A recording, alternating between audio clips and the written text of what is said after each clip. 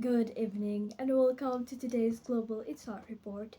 I'm Ulfah Aulia Syifa. Tonight, we turn our attention to a silent crisis unfolding right inside our homes, our neighborhoods, and our cities.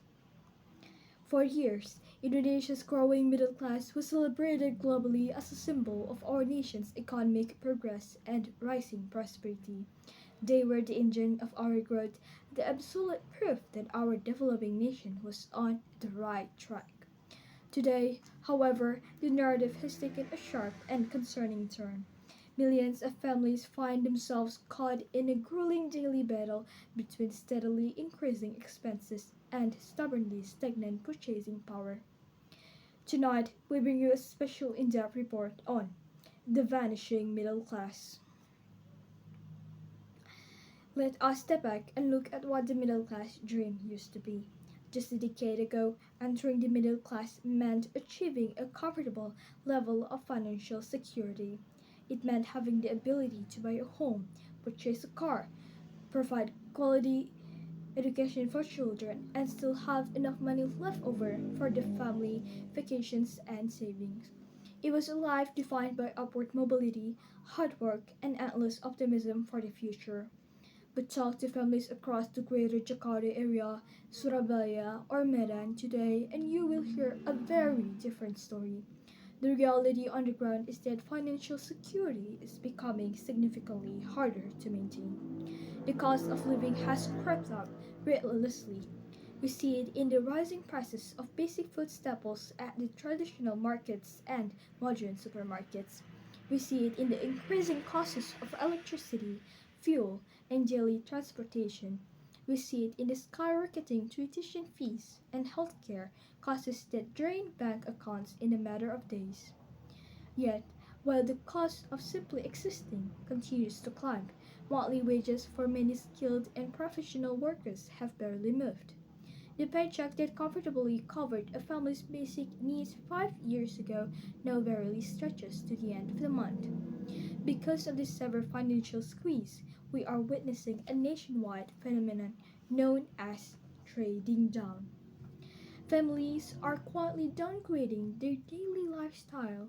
They are switching from premium goods to generic brands. They are delaying the purchase of new vehicles or holding off on essential home repairs. Vacations are cancelled and luxury spending is eliminated. Tragically, many are forced to dip into their hard earned emergency savings just to cover routine monthly deficits. The financial pressure is especially crushing for the sandwich generation. These are the young professionals who are financially responsible for raising their own young children while simultaneously providing for their aging parents. For this highly burdened group, the dream of buying a first home is slipping further and further out of reach. It has been replaced by a precarious cycle of renting and living anxiously from paycheck to paycheck. This growing public anxiety is leading prominent economists and sociologists to raise a massive red flag. Concerns are rapidly emerging over whether the very group that once fueled Indonesia's phenomenal economic growth is gradually losing its footing. And this brings us to the most critical question of our broadcast tonight. If the backbone of the domestic consumption weakens, what might that mean for Indonesia's future? The economic implications are truly massive. The Indonesian economy is heavily driven by its own people. Household consumption accounts for more than half of our entire national gross domestic product. When the middle class feels poor, they stop spending. When they stop buying new clothes, dining out at local restaurants, or purchasing electronics, the negative ripple effect moves instantly through the broader economy.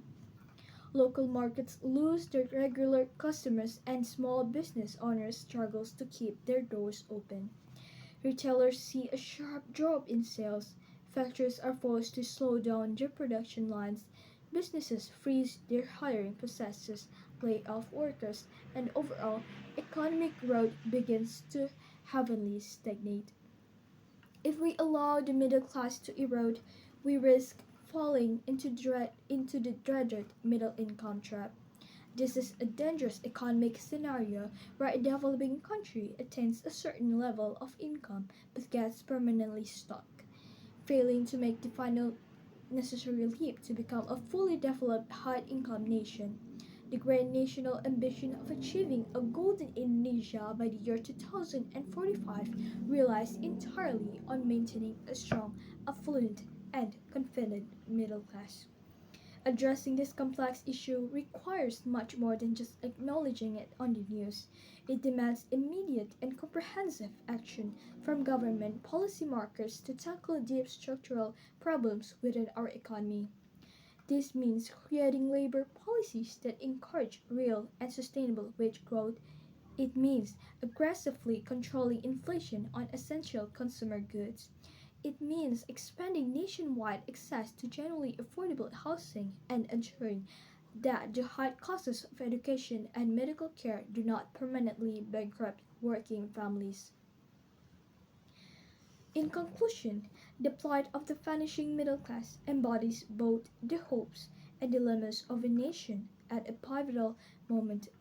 It reflects Indonesia's aspiration to become a developed high-income country, yet it also reveals deep challenges in wage stagnation, living costs, and economic equity.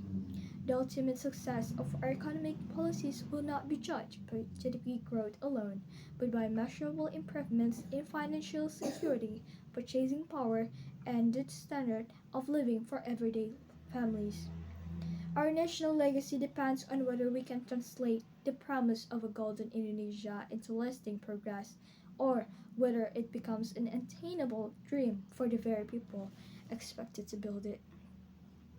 The real question is not just how much our economy is growing on paper, but whether that growth actually translates into a stable and prosperous reality for the backbone of our nation. That's wrapped up today's report. I'm Ulfah Aulia Syifa, signing off until next time.